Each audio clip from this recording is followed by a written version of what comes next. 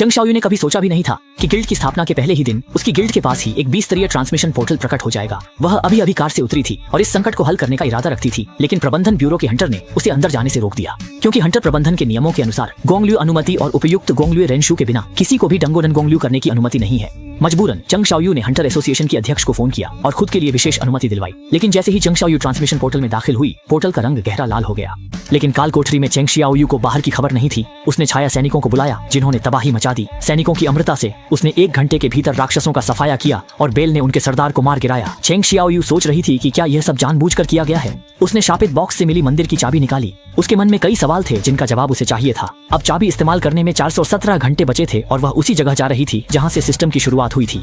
पर अब वक्त बदल गया है और चंग शाओयू पहले से कहीं ज्यादा ताकतवर है। जल्द ही वो गिल्ड लौटी जहां उपाध्यक्ष लियू चेनहाओ गिल्ड बनाने में जुटे थे। चंग शाओयू ने कालकोठरी से मिले मैजिक क्रिस्टल निकाले जो शुरुआती पूंजी के लिए सही थे। लियू चेनहाओ ने खुशी खुशी क्रिस्टल ली और कहा कि अब सैलरी की चिंता नहीं होगी। चंग शाओयू हैरान थी कि जब वे सिर्फ 2 हैं तो कर्मचारी कहां से आएंगे। लियू चेनहाओ ने बताया कि गिल्ड के लिए कम से कम 3 सदस्य चाहिए। संख्या पूरी करने के लिए ही सही, पर भरोसेमंद व्यक्ति ढूंढना बेहतर है। अब जरूरी काम है गिल्ड का नाम रखना। चंग शाओयू ने सोचा, इसे सिंगल्स गिल्ड कहते हैं, आखिर यह कुंवारों की गिल्ड है। लियू चेनहाओ निराश हो गया। उसे लगा सर्वशक्तिमान चंग शाओयू की भी कुछ कमजोरियां हैं। तभी दरवाजे पर दस्तक हुई। वहां चे हुई खड़ी थी। उसने कहा कि वह चंग शाओयू की गिल्ड में आना चाहती है। चंग शाओयू हैरान थी। उसका हंटर गिल्ड कॉन्ट्रैक्ट अभी खत्म नहीं हुआ था, फिर भी वह जुर्माना भरकर जॉब बदलना चाहती थी। इसलिए चंग शाओयू ने चे हुई से पूछा कि वह सिंगल्स गिल्ड में क्यों जुड़ना चाहती है। चे हुई निरुत्तर रह गई और उसके गाल लाल हो गए। वह क्षणिक के समय से ही चंग शाओयू को देख रही थी और चींटी राजा से बचाव के बाद उसे पसंद करने लगी थी। वह कहना चाहती थी, आशा है तुम हमेशा मेरी रक्षा करो, पर शर्म के मारे कह नहीं पाई। चंग शाओयू उसे देख रहा था। उसे समझ नहीं आया कि उसके मन में क्या है, पर वह जान गया कि चे हुई कुछ छुपा रही है।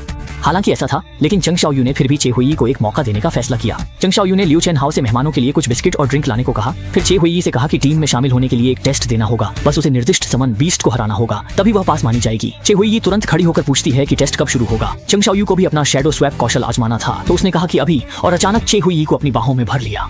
फिर उसने शैडो स्वैप कौशल का इस्तेमाल किया। एक काली लहर उसके चारों ओर फैल गई और अगले ही पल वे दोनों जिम्नाजियम में पहुंच गए। उधर जैसे ही लियू चेनहाओ स्नैक्स और ड्रिंक खरीदकर ऑफिस लौटा, सामने खड़े शैडो सोल्जर को देखकर वह डर गया। शैडो सोल्जर ने भी कोई संकोच नहीं किया। लियू चेनहाओ द्वारा लाई गई सारी स्नैक्स प्लेट समेत पेट में डाल ली। इसी समय जिम्नाजियम में चे हुई ये सब देखकर दंग रह गई।